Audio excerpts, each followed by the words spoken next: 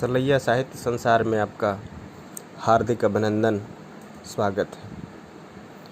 आज मुंशी प्रेमचंद की कालजयी कहानी ईदगाह का वाचन आपके समक्ष प्रस्तुत है। रमज़ान के पूरे 30 रोज़ों के बाद आज ईद आई है। कितना मनोहर, कितना सुहावना प्रभात है। वृक्षों पर कुछ अजीब हरियाली है, खेतों में कुछ अजीब रौनक है, आसमान पर कुछ अजीब लालिमा है। आज का सूर्य देखो कितना प्यारा, कितना शीतल, मानो ईद को बधाई दे रहा है। गांव में कितनी हलचल है। ईदगाह जाने की तैयारियां हो रही हैं। किसी के कुर्ते में बटन नहीं, पड़ोसी के घर में सुई धागा लेने के लिए दौड़ा जा रहा है। किसी के जूते कड़े हो गए हैं, उनमें तेल डालने के लिए तेली के घर भागा जा रहा है। जल्दी जल्दी बैलों को सानी पानी दे ईदगाह से लौटते समय दोपहर हो जाएगी। 3 कोस का पैदल रास्ता, फिर सैकड़ों आदमियों से मिलना भेंटना, दोपहर के पहले लौटना असंभव है। लड़के सबसे ज़्यादा प्रसन्न हैं। किसी ने एक रोज़ा रखा है, वह भी दोपहर तक, किसी ने वह भी नहीं। लेकिन ईदगाह जाने की खुशी उनके हिस्से की चीज़ है। रोज़े बड़े बूढ़ों के लिए होंगे, उनके लिए तो ईद है। रोज़ ईद का नाम रटते थे, वह आज आ गई। अब जल्दी पड़ी है कि लोग ईदगाह क्यों नहीं चलते। इन्हें गृहस्थी की चिंताओं से क्या प्रयोजन। सवैये के लिए दूध और शक्कर घर में हैं या नहीं, इनकी बला से ये तो सेवैयाँ खाएंगे। वह क्या जाने कि अब्बाजान क्यों बदहवास चौधरी कयामत अली के घर दौड़े चले जा रहे हैं। उन्हें क्या खबर कि चौधरी आज आंखें बदल दें तो यह सारी ईद मुहर्रम हो जाए। उनकी अपनी जेबें तो कुबेर के धन की तरह भरी हुई हैं। बार बार जेब से अपना खजाना निकाल कर गिनते हैं और खुश होकर के फिर रख लेते हैं। महमूद गिनता है 1, 2, 10, 12। उसके पास 12 पैसे हैं। मोहसिन के पास 1, 2, 3, 8, 9, 15 पैसे हैं। उनकी अनगिनती पैसों की अनगिनती चीज़ें लाएंगे, खिलौने, मिठाइयाँ, बिगुल, गेंद और न जाने क्या क्या। और सबसे ज़्यादा प्रसन्न है हामिद। वह 4-5 साल का गरीब सूरत दुबला पतला लड़का, जिसका बाप गत वर्ष हैजे की भेंट हो गया है और माँ न जाने क्यों पीली होती होती एक दिन मर गई। किसी को पता न चला क्या बीमारी है। कहती भी तो कौन सुनने वाला था। दिल पर जो कुछ बीतती थी वह दिल में ही सहती थी, और जब न सहा गया तो संसार से विदा हो। अब हामिद अपनी बूढ़ी दादी अमीना की गोद में सोता है और उतना ही प्रसन्न है। उसके अब्बाजान रुपए कमाने चले गए हैं। बहुत सी थैलियाँ लेकर के आएंगे। अम्मी जान अल्लाह मियाँ के घर से उसके लिए बड़ी अच्छी अच्छी चीज़ें लाने को गई हैं। इसलिए हामिद बहुत प्रसन्न है। आशा तो बड़ी चीज़ है, और फिर बच्चों की आशा। उनकी कल्पना तो राई का पर्वत बना लेती है। हामिद के पाँव में जूते नहीं हैं। सिर पर एक पुरानी धुरानी टोपी है जिसका गोट काला पड़ गया है, और फिर भी वह प्रसन्न है। अब उसके अब्बा जान थैलियाँ और अम्मी जान नियामतें लेकर आएंगी तो वह दिल के अरमान निकाल लेगा। तब देखेगा कि महमूद, मोहसिन, नूरे और सम्मी कहाँ से उतने पैसे निकालेंगे। अभागिन अमीना अपनी कोठरी में बैठी रो रही है। आज ईद का दिन है और उसके घर में दाना नहीं। आज आबिद होता तो क्या इसी तरह ईद का दिन और उसके घर में दाना नहीं। आज आबिद होता तो क्या इसी तरह ईद आती और चली जाती। इस अंधकार और निराशा में वह डूबी चली जा रही थी। किसने बुलाया था इस निगोड़ी ईद को। इस घर में उसका नाम नहीं है, लेकिन हामिद, उसे किसी के मरने जीने से क्या मतलब। उसके अंदर प्रकाश है, बाहर आशा। विपत्ति अपना सारा दल बल लेकर आए, हामिद ही अंदर भरी चितवन उसका विध्वंस कर देती। हामिद भीतर जाकर दादी से कहता है, तुम डरना नहीं अम्मा, मैं सबसे पहले आऊँगा, बिल्कुल न डरना। अमीना का दिल कचोट रहा है। गांव के बच्चे अपने अपने बाप के साथ जा रहे हैं। हामिद के बाप अमीना के सिवा और कौन है। उसे कैसे अकेले मेले में जाने दे। उस भीड़ भाड़ में बच्चा कहीं खो जाए तो क्या हो। नहीं, अमीना उसे यूँ न जाने देगी। नन्ही सी जान 3 कोस चलेगा कैसे। पैरों में छाले पड़ जाएंगे, जूते भी तो नहीं हैं। वह थोड़ी थोड़ी दूर पर उसे गोद ले लेगी, लेकिन यहाँ सेवैयाँ कौन पकाएगा। पैसे होते तो लौटते लौटते सब सामग्री जमा करके चटपट बना लेती। यहाँ तो घंटों की चीज़ें जमा करते लगेंगे, मांगे ही का तो भरोसा ठहरा। उस दिन फ़हीमन के कपड़े सिए थे, 8 आने पैसे मिले थे। उस अठन्नी को ईमान की तरह बचाती चली आती थी इसी ईद के लिए, लेकिन कल ग्वालन सिर पर सवार हो गई तो क्या करती। हामिद के लिए कुछ नहीं है तो 2 पैसे दूध का तो चाहिए ही। अब तो कुल 2 आने पैसे बच रहे हैं, 3 पैसे हामिद की जेब में, 5 पैसे अमीना के बटवे में। यही तो बिसात और ईद का त्यौहार, अल्लाह ही बेड़ा लगावे पार। धोबन और नाइन और मेहतरानी और चूड़ीहारिन सभी तो आएंगी, सभी को सेवैयाँ चाहिए और थोड़ा किसी की आंखों नहीं लगता। किस किस से मुंह चुराएंगे, और मुंह क्या चुराएं, साल भर का त्यौहार है। ज़िंदगी खैरियत से रहे, उनकी तकदीर भी तो उन्हीं के साथ है।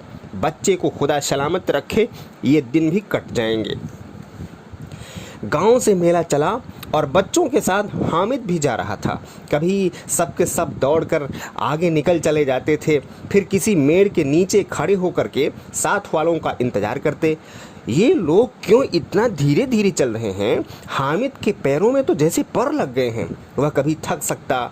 शहर का दामन आ गया, सड़क के दोनों और अमीरों के बगीचे हैं, पक्की चार दीवारी बनी हुई है, पेड़ों में आम और लीचियां लगी हुई हैं। कभी कोई लड़का कंकड़ी उठाकर आम पर निशाना लगाता है, माली अंदर से गाली देता हुआ निकलता है। लड़के वहाँ से एक फरलांग पर हैं, खूब हंस रहे हैं, माली को कैसे उल्लू बनाया है। बड़ी बड़ी इमारतें आने लगीं। यह अदालत है, यह कॉलेज है, यह क्लब घर है। इतने बड़े कॉलेज में कितने लड़के पढ़ते होंगे? सब लड़के नहीं हैं जी, बड़े बड़े आदमी हैं। सच, उनकी बड़ी बड़ी मूछें हैं, इतने बड़े हो गए हैं और अभी तक पढ़ने जाते हैं। न जाने कब तक पढ़ेंगे और क्या करेंगे इतना पढ़ करके। हामिद के मदरसे में 2-3 बड़े बड़े लड़के हैं, बिल्कुल 3 कौड़ी के, रोज़ मार खाते हैं, काम से जी चुराने वाले। इस जगह भी उसी तरह के लोग होंगे और क्या। क्लब घर में जादू होता है, सुना है यहाँ मुर्दे की खोपड़ियाँ दौड़ती हैं और बड़े बड़े तमाशे होते हैं, पर किसी को अंदर नहीं जाने देते। और यहाँ शाम को साहब लोग खेलते हैं, बड़े बड़े आदमी खेलते हैं। मूँछों दाढ़ी वालों और मैमें भी सच में खेलती हैं। हमारी अम्मा को वह दे दो, क्या नाम है, बैट, तो उसे पकड़ ही न सके, घुमाते ही लुढ़क जाए। महमूद ने कहा, हमारी अम्मी जान का तो हाथ कांपने लगे, अल्लाह कसम। मोहसिन बोला, अम्मी मानो आटा पीस डालती है, जरा सा बैट पकड़ लेंगी तो क्या हाथ कांपने लगेंगे। सैकड़ों घड़े पानी रोज़ निकालती है, 5 घड़े तो मेरी भैंस पी जाती है। किसी मेम को एक घड़ा पानी भरना पड़े तो आंखें तले अंधेरा आ जाए। महमूद, लेकिन दौड़ती तो नहीं, उछल कूद तो नहीं कर सकती ना। मोहसिन, हाँ उछल कूद नहीं कर सकती, लेकिन उस दिन मेरी गाय खुल गई थी और चौधरी के खेत में जा पड़ी तो अम्मा इतनी तेज़ से दौड़ी कि उन्हें कोई पा न सका। सच में। आगे चले, हलवाइयों की दुकानें शुरू हुई। आज खूब सजी हुई थीं। इतनी मिठाइयाँ कौन खाता है। देखो, एक दुकान पर मनो होंगी। सुना है रात को जिन्नात आकर खरीद ले जाते हैं। अब्बा कहते हैं कि आधी रात को एक आदमी हर दुकान पर जाता है और कि जितना माल बचा होता है सब तुलवा लेता है और सचमुच के 2 रुपए देता है। बिल्कुल ऐसे ही रुपए। हामिद को यकीन न आया, ऐसे रुपए जिन्नात को कहाँ से मिलेंगे। मोहसिन ने कहा, जिन्नात को रुपए की क्या कमी, जिस खजाने में चाहे चले जाए, लोहे के दरवाजे तक उसे रोक नहीं सकते जनाब। आप हैं कि फेर में, हीरे जवाहरात तक उसके पास रहते हैं, जिससे खुश हो जाए उसे टोकरों जवाहरात दे दिए। अभी आप बैठे हैं, 5 मिनट में कहो कलकत्ता पहुंच जाए। हामिद ने फिर पूछा, जिन्नात बहुत बड़े बड़े होते होंगे। मोहसिन, एक एक आसमान के बराबर होता है जी। ज़मीन पर खड़ा हो जाए तो उसका सिर आसमान में जा लगे, मगर चाहे तो एक लोटे में घुस जाए। हामिद, लोग उन्हें कैसे खुश करते होंगे, कोई मुझे वह मंत्र बता दे तो एक जिन्न को खुश कर लूँ। मोहसिन, अब यह तो मैं नहीं जानता, लेकिन चौधरी साहब के काबू में बहुत से जिन्नात हैं। कोई चीज़ चोरी हो जाए, चौधरी साहब उसका पता लगा देंगे और चोर का नाम भी बता देंगे। जुमराती का बछवा उस दिन खो गया था, 30 दिन हैरान हुए, कहीं न मिला। तब झक मारकर चौधरी के पास गए। चौधरी ने तुरंत बता दिया कि मवेशी खाने में है और वहीं मिला। जिन्नात आकर उन्हें सारी जहान की खबर दे जाते हैं। अब उसकी समझ में आ गया कि चौधरी के पास इतना धन क्यों है और क्यों उनका इतना सम्मान है। आगे चले, पुलिस लाइन है, यही सब कांस्टेबल कवायद करते हैं, रैटन फाए फो रात को बेचारे घूम घूम करके पहरा देते हैं, नहीं चोरियां हो जाएं। मोहसिन ने प्रतिवाद किया, यह कांस्टेबल पहरा देते हैं तभी तुम बहुत जानते हो। अजी हजरत, यह चोरी कराते हैं। शहर के जितने चोर डाकू हैं सब इनसे मिले रहते हैं। रात को ये चोर लोग कहते हैं चोरी करो, और आप दूसरे मोहल्ले में जा कर के जागते रहो पुकारते हैं। अभी इन लोगों के पास इतना रुपए आते हैं। मेरे मामू एक थाने में कांस्टेबल हैं, 20 रुपये महीना पाते हैं, लेकिन 50 रुपये घर भेजते हैं। अल्लाह कसम, मैं एक बार पूछा कि मामू आप इतने रुपए कहाँ से पाते हैं? हंसकर कहने लगे, बेटा अल्लाह देता है। फिर आप ही बोले, हम लोग चाहे तो एक दिन में लाखों मार जाएं, हम तो इतना ही लेते हैं जिसमें अपनी बदनामी न हो और नौकरी भी चली जाए। हामिद ने पूछा, यह लोग चोरी करवाते हैं और उन्हें कोई पकड़ता नहीं? मोहसिन उसकी नादानी पर दया दिखाकर बोला, अरे पागल, इन्हें कौन पकड़ेगा? पकड़ने वाले तो यह खुद हैं, लेकिन अल्लाह इन्हें सज़ा भी खूब देता है। हराम का माल हराम में जाता है। थोड़े ही दिन हुए मामू के घर में आग लग गई, सारी लेई पूंजी जल गई, एक बर्तन तक न बचा। एक दिन पेड़ के नीचे सोए, अल्लाह कसम पेड़ के नीचे, फिर न जाने कहाँ से 100 कर्ज लाए होंगे, बर्तन भाड़ आए। हामिद, 100 तो 50 से ज़्यादा होते हैं। कहाँ 50 कहाँ 100? 50 एक थैली भर होता है, 100 तो 2 थैलियों में भी न आवे। अब बस्ती घनी होने लगी थी। ईदगाह जाने वालों की टोलियां नजर आने लगी, एक से एक भड़कीले वस्त्र पहने हुए, कोई इक्के तांगे पर सवार होकर के, कोई मोटर पर, सभी इत्र में बसे, सभी के दिलों में उमंग। ग्रामीणों का यह छोटा सा दल अपनी विपन्नता से बेखबर संतोष और धैर्य में मगन चला जा रहा था। बच्चों को लिए नगर की सभी चीज़ें अनोखी थीं। जिस चीज़ की ओर वो ताकते ही रह जाते, और पीछे से बार बार हार्न की आवाज़ होने पर भी न चेतते। हामिद तो मोटर के नीचे जाते जाते बचा। सहसा ईदगाह नज़र आया, ऊपर इमली के घने वृक्षों की छाया, नीचे पक्का फर्श जिस पर जाजिम बिछा हुआ है, और रोज़ेदारों की पंक्तियां एक के पीछे एक न जाने कहाँ तक चली गई हैं, पक्के जगत के नीचे तक जहाँ जाजिम भी नहीं है। नए आने वाले आकर पीछे की कतार में खड़े हो जाते हैं। आगे नहीं, यहाँ कोई धन और पद नहीं देखता। इस्लाम की निगाह में सब बराबर हैं। इन ग्रामीणों ने भी वजू किया और पिछली पंक्ति में खड़े हो गए। कितना सुंदर संचालन है, कितनी सुंदर व्यवस्था। लाखों सिर एक साथ सिजदे में झुक जाते हैं, फिर सब के सब एक साथ खड़े हो जाते हैं, एक साथ झुकते हैं और एक साथ घुटने के बल बैठ जाते हैं। कई बार यही क्रिया होती है और बिजली की लाखों बत्तियां एक साथ प्रदीप्त हों और एक साथ बुझ जाएं और यही क्रम चलता रहे। कितना अपूर्व दृश्य था, जिसकी सामूहिक क्रियाएं विस्तार और अनंतता हृदय को श्रद्धा, गर्व और आत्मानंद से भर देती हैं। मानो भ्रातृत्व का एक सूत्र इन समस्त आत्माओं को एक लड़ी में पिरोए हुए है। नमाज खत्म हो गई, लोग आपस में गले मिल रहे हैं, तब मिठाई और खिलौने की दुकानों पर धावा होता है। ग्रामीणों का यह दल इस विषय में बालकों से कम उत्साही नहीं है। यह देखो हिंडोला है, 1 पैसा दे करके चढ़ जाओ। कभी आसमान पर जाते हुए मालूम होंगे, कभी ज़मीन पर गिरते हुए। यह चरखी है, लकड़ी के हाथी, घोड़े, ऊंट छड़ों से लटके हुए हैं। 1 पैसा देकर बैठ जाओ और 25 चक्करों का मजा लो। महमूद और मोहसिन और नूरे और सम्मी इन घोड़ों और ऊंटों पर बैठते हैं। हामिद दूर खड़ा है, 3 ही पैसे तो उसके पास हैं, अपने कोस का तिहाई जरा चक्कर खाने के लिए नहीं दे सकता। सब चरखियों से उतरते हैं, अब खिलौने लेंगे। इधर दुकानों की कतार लगी हुई है, तरह तरह के खिलौने हैं। सिपाही और गुजरिया, राजा और वकील, भिस्ती और धोबिन और साधु, वाह कितने सुंदर खिलौने हैं। अब बोला ही चाहते हैं। महमूद सिपाही लेता है, खाकी वर्दी और लाल पगड़ी वाला, कंधे पर बंदूक रखे हुए, मालूम होता है अभी कवायद किए चला आ रहा है।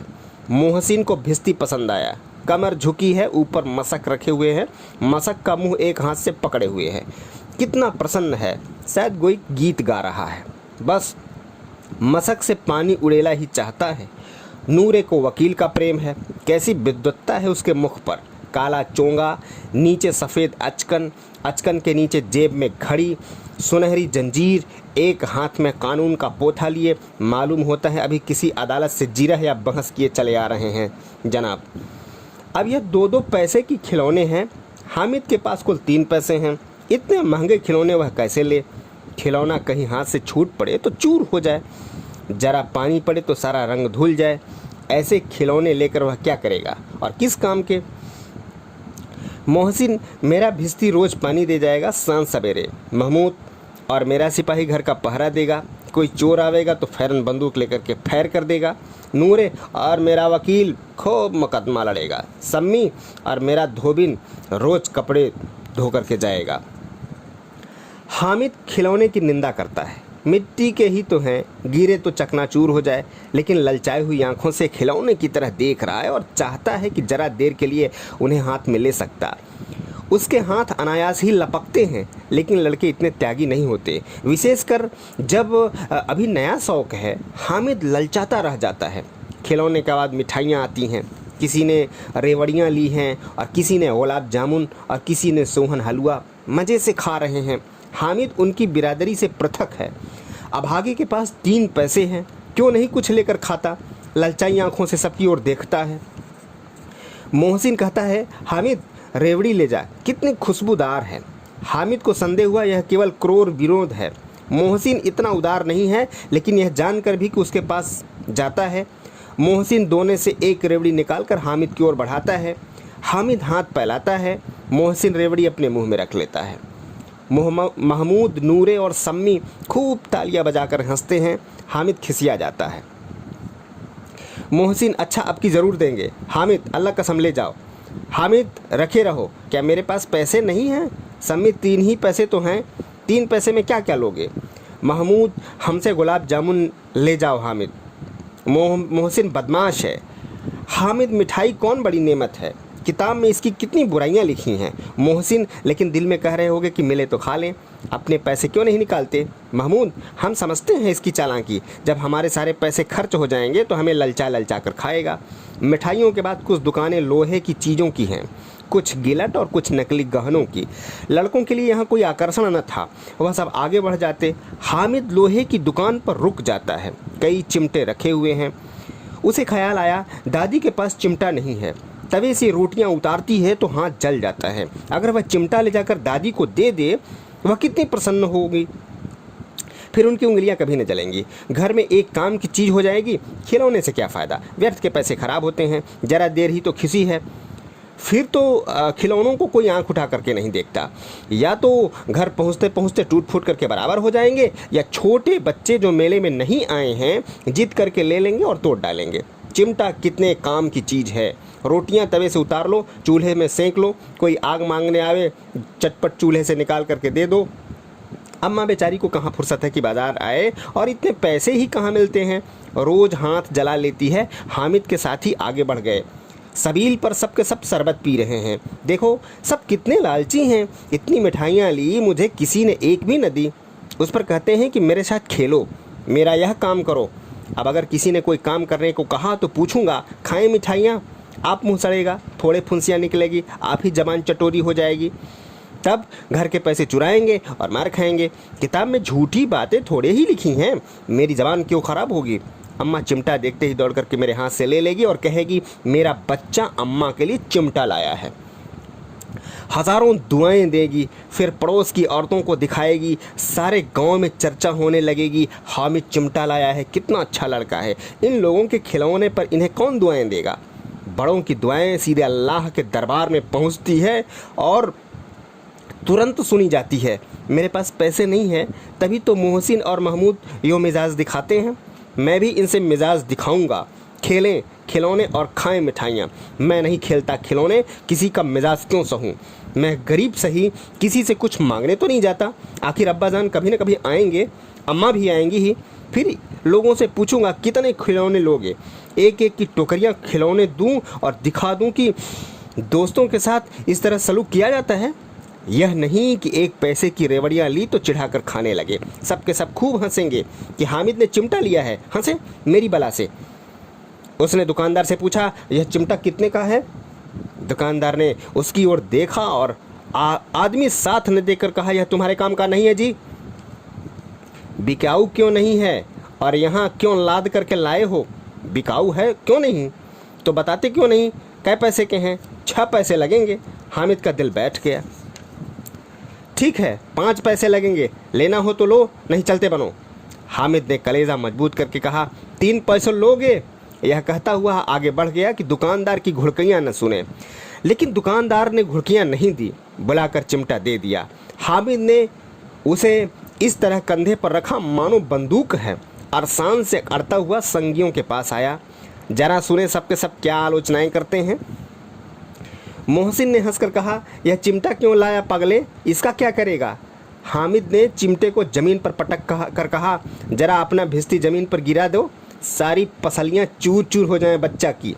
महमूद बोला, तो यह चिमटा कोई खिलौना है? हामिद, खिलौना क्यों नहीं है, अभी कंधे पर रखा बंदूक हो गई, हाथ में लिया फकीरों का चिमटा हो गया। चाहूँ तो इसे मंजीरे का भी काम ले सकता हूँ। एक चिमटा जमा दूँ तो तुम लोगों के सारे खिलौने की जान निकल जाए। तुम्हारे खिलौने कितना ही जोर लगावें, वे मेरे चिमटे का बाल भी बांका नहीं कर सकते। मेरा बहादुर शेर है चिमटा। सम्मी ने खंजरी ली थी, प्रभावित होकर बोला, मेरी खंजरी से बदलोगे? दौड़ाने की है। हामिद ने खंजरी की ओर उपेक्षा भाव से देखा, मेरा चिमटा चाहे तो तुम्हारी खंजरी का पेट फाड़ डाले। बस एक चमड़े की झिल्ली लगा दी, ढप ढप बोलने लगी, जरा सा पानी लग जाए तो ख़त्म हो जाए। मेरा बहादुर चिमटा आग में, पानी में, तूफान में बराबर डटा खड़ा रहेगा। चिमटे से सभी को मोहित कर लिया, लेकिन अब पैसे किसके पास धरे हैं? फिर मेले में दूर निकल आए हैं, 9 कब के बच गए। धूप तेज हो रही है, घर पहुंचने की जल्दी भी हो रही है। बाप से जिद भी करें तो चिमटा नहीं मिल सकता। हामिद है बड़ा चालाक, इसलिए बदमाश ने अपने पैसे बचा करके रखे थे। अब बालकों के 2 दल हो गए, मोहसिन, महमूद, सम्मी और नूर एक तरफ हैं, हामिद अकेला दूसरी तरफ। शास्त्रार्थ हो रहा है।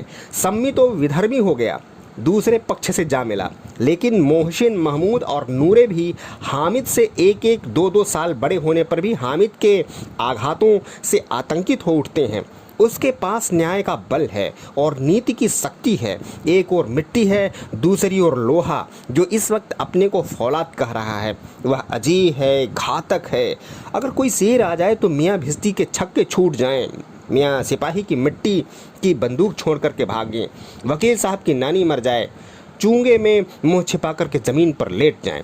मगर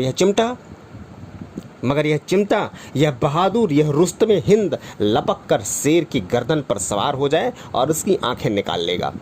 मोहसिन ने एड़ी चोटी का जोर लगाकर, अच्छा पानी तो नहीं भर सकता? हामिद ने चिमटे को सीधा खड़ा करके कहा, भिस्ती को एक डांट बताएगा तो दौड़ा हुआ पानी लाकर उसका द्वार पर छिड़कने लगेगा। मोहसिन परास्त हो गया, पर महमूद को कुमक पहुंचाई, अगर बच्चा पकड़ जाए तो अदालत में बंधे बंधे फिरेंगे, तब तो वकील साहब के ही पैरों पड़ेंगे। हामिद इस प्रबल तर्क का जवाब न दे सका। उसने पूछा, हमें पकड़ने कौन आएगा? नूरे ने अकड़ कर कहा, यह सिपाही बंदूक वाला। हामिद ने मुंह चढ़ाकर कहा, यह बेचारे हम बहादुर रुस्तमे हिंद को पकड़ेंगे? अच्छा लाओ, अभी जरा कुश्ती हो जाए, इसकी सूरत देख करके दूर से ही भागेंगे, पकड़ेंगे क्या बेचारे। मोहसिन को एक नई चोट सूझ गई, तुम्हारे चिमटे का मुंह रोज आग में जलेगा। उसने समझा था कि हामिद लाजवाब हो जाएगा, लेकिन बात यह नहीं हुई। हामिद ने तुरंत जवाब दिया, आग में बहादुर ही कूदते हैं जनाब। तुम्हारे यह वकील, सिपाही और भिस्ती लौंडियों की तरह घर में घुस जाएंगे। आग में कूदना वह काम है जो रुस्तमे हिंद कर सकता है। महमूद ने एक जोर लगाया, वकील साहब कुर्सी मेज पर बैठेंगे, तुम्हारा चिमटा तो बावर्ची खाने में ज़मीन पर खड़ा रहेगा। इस तर्क ने सम्मी और नूरे को भी सजीव कर दिया। कितने ठिकाने की बात कही है पट्टे ने। चिमटा बावर्ची खाने में पड़े रहने के सिवा और क्या कर सकता है। हामिद को कोई फड़कता हुआ जवाब न सूझा तो उसने धांधली शुरू की, मेरा चिमटा बावर्ची खाने में नहीं रहेगा। वकील साहब कुर्सी पर बैठेंगे तो जाकर उन्हें ज़मीन पर पटक देगा और उनका कानून उनके पेट में डाल देगा। बात कुछ बनी नहीं, खासी गाली गलौज थी। कानून को पेट में डालने वाली बात छा गई, ऐसी छा गई कि तीनों सुरमा मुंह ताकते रह गए, मानो कोई ढेलवा कनकौआ किसी गंडे वाले कनकौए को काट गया हो। कानून मुंह से बाहर निकलने वाली चीज़ है, उसको पेट के अंदर डाल दिया जावे बेतुकी सी बात होने पर भी कुछ नयापन रखती है। हामिद ने मैदान मार लिया, उसका चिमटा रुस्तमे हिंद है। अब उसमें मोहसिन, महमूद, नूरे, सम्मी किसी को भी आपत्ति नहीं हो सकती। विजेता को हराने वाले से जो सत्कार मिलना स्वाभाविक है वह हामिद को भी मिला। औरों ने 3-3, 4-4 आने पैसे खर्च किए पर कोई काम की चीज़ न ला सके। हामिद ने 3 पैसे में रंग जमा लिया। सच ही तो है, खिलौनों का क्या भरोसा, टूट फूट जाएंगे। हामिद का चिमटा बना बरसों। संधि की शर्त तय होने लगी। मोहसिन ने कहा, जरा अपना चिमटा दे दो, हम भी देखें, तुम्हारा भिस्ती लेकर के देखो। महमूद और नूरे ने भी अपने अपने खिलौने पेश किए। हामिद को इन शर्तों के मानने में कोई आपत्ति नहीं थी। चिमटा बारी बारी से सबके हाथ में गया और उनके खिलौने बारी बारी से हामिद के हाथ में आए। कितने खूबसूरत खिलौने हैं। हामिद ने हारने वाले के आंसू पोंछे। मैं तुम्हें चिढ़ा रहा था, सच, यह लोहे का चिमटा भला इन खिलौनों की क्या बराबरी करेगा। मालूम होता है कि अब बोलें, लेकिन मोहसिन की पार्टी को इस दिलासे से संतोष नहीं होता। चिमटे का सिक्का खूब बैठ गया है। चिमका हुआ टिकट अब पानी से नहीं छूट रहा है। मोहसिन, लेकिन इन खिलौनों के लिए कोई हमें दुआ तो न देगा। महमूद, दुआ तो नहीं मिलेगी, उल्टे मार पड़े। अम्मा ज़रूर कहेगी कि मेले में मिट्टी के खिलौने तुम्हें मिले। हामिद ने स्वीकार करना पड़ा कि खिलौनों को देखकर किसी माँ इतनी खुश न होगी जितनी दादी चिमटे को देखकर के खुश होगी। 3 पैसों में ही तो उसने सब कुछ करना था और उन पैसों के उपयोग पर पछतावे की बिल्कुल ज़रूरत न थी। फिर अब तो चिमटा रुस्तमे हिंद है और सभी खिलौने का बादशाह। रास्ते में महमूद को भूख लगी। उसके बाप ने केले खाने को दिए। महमूद ने केवल हामिद को साझी बनाया। उसने अन्य मित्र मुँह ताकते रह गए। यह सब उस चिमटे का प्रसाद था। 11 बजे सारे गांव में हलचल मच गई। मेले वाले आ गए। मोहसिन की छोटी बहन ने दौड़ी, भिस्ती को उसने हाथ में छीन लिया। मारे खुशी के जो उछली तो मियाँ भिस्ती नीचे आ रहे और सुरलोक सिधारे। इस पर भाई बहन में मारपीट हुई, खूब रोए। उनकी अम्मा यह शोर करके बिगड़ी और दोनों को ऊपर से 2-2 चाटे और लगाए। मियाँ नूरे के वकील का अंत उसके प्रतिष्ठानुकूल इससे ज़्यादा गौरवमय हुआ। वकील जमीन पर या ताक पर तो नहीं बैठ सकता, उसकी मर्यादा का विचार तो करना ही होगा। दीवार में 2 खूंटियाँ गाड़ी गईं, उन पर लकड़ी का एक पटरा रखा गया। पटरे पर कागज का कालीन बिछाया गया। वकील साहब राजा भोज की तरह सिंहासन पर विराजे। नूरे ने उन्हें पंखा झलना शुरू किया। अदालतों में खस की टट्टियाँ और बिजली के पंखे रहते हैं, क्या यहाँ मामूली पंखा भी न हो? कानून की गर्मी दिमाग पर चढ़ जाएगी कि नहीं? बांस का पंखा आया और नूरे हवा करने लगा। मालूम नहीं पंखे की हवा से या पंखे की चोट से वकील साहब स्वर्गलोक से मर्त्यलोक में आ रहे और उनका माटी का चोला माटी में मिल गया। फिर बड़े जोर शोर से मातम हुआ और वकील साहब की अस्थि घूर पर डाल दी गई। अब रहा महमूद का सिपाही।